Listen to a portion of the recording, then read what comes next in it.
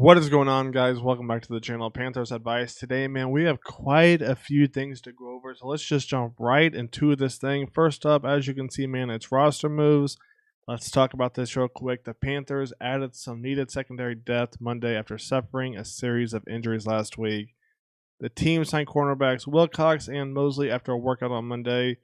Corner became a position of need last week when head coach Dave Canella said that starter Dane Jackson would miss around 6 weeks. But let me rub my eyes real quick. Corner became a position of need last week? Come on, man. Like I've said, since March and February, we've been lacking in this position. We have J.C. Horn, but look at his injury history. Then there's Dane Jackson. Down he goes, right? I've been saying draft corners, sign corners, do something, but it gets better. Take a look at this. So, Dave Canella said that Dane Jackson would miss around 6 weeks, and then Lamar Jackson, Anthony Brown, they get hurt, they don't come back. Okay, and that was from the last preseason game. So Wilcox, 26, former 7th-round pick of the Buccaneers, right?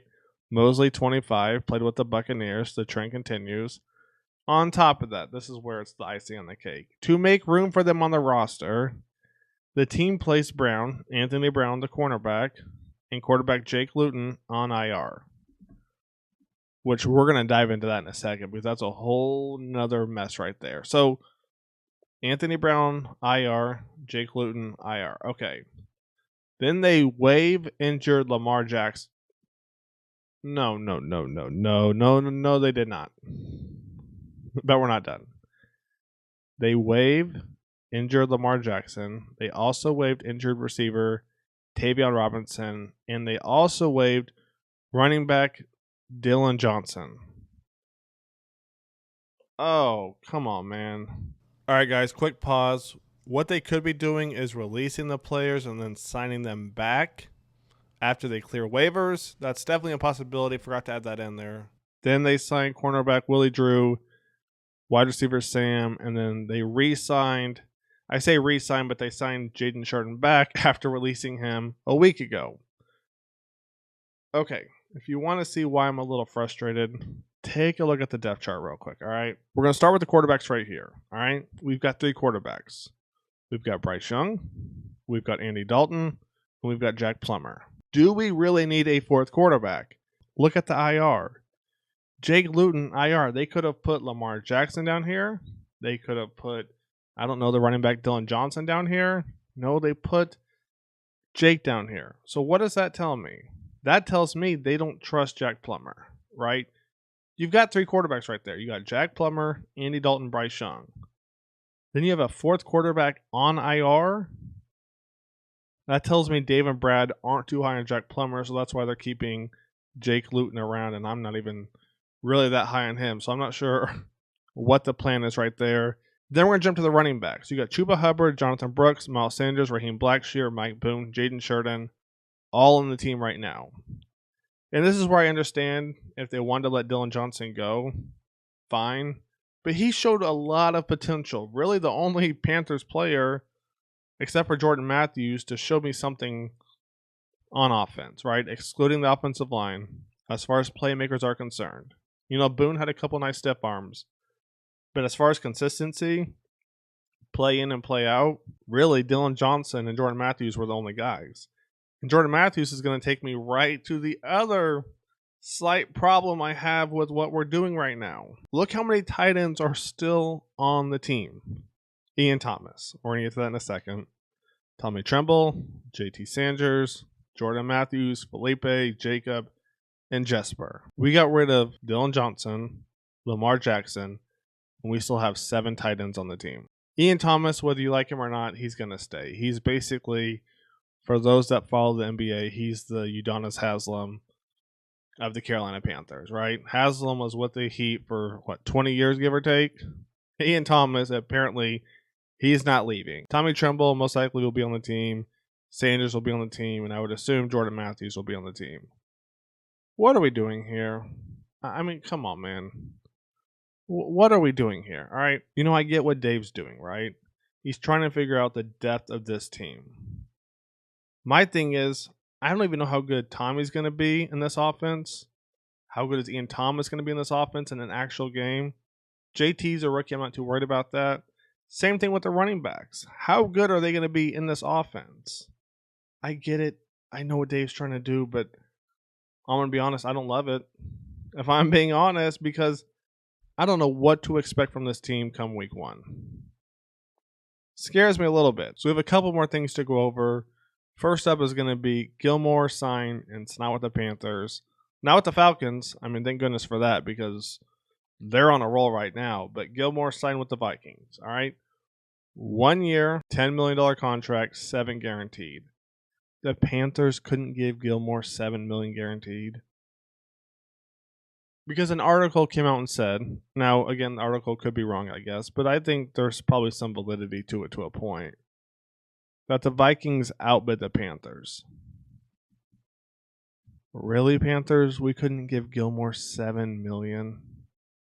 It goes back to my latest upload. I said what they want is for the DBs to take a huge pay cut and then bank on getting a really huge contract the following year. And I'm assuming that's exactly what happened right here with Gilmore. The Vikings are only guaranteeing him $7 million.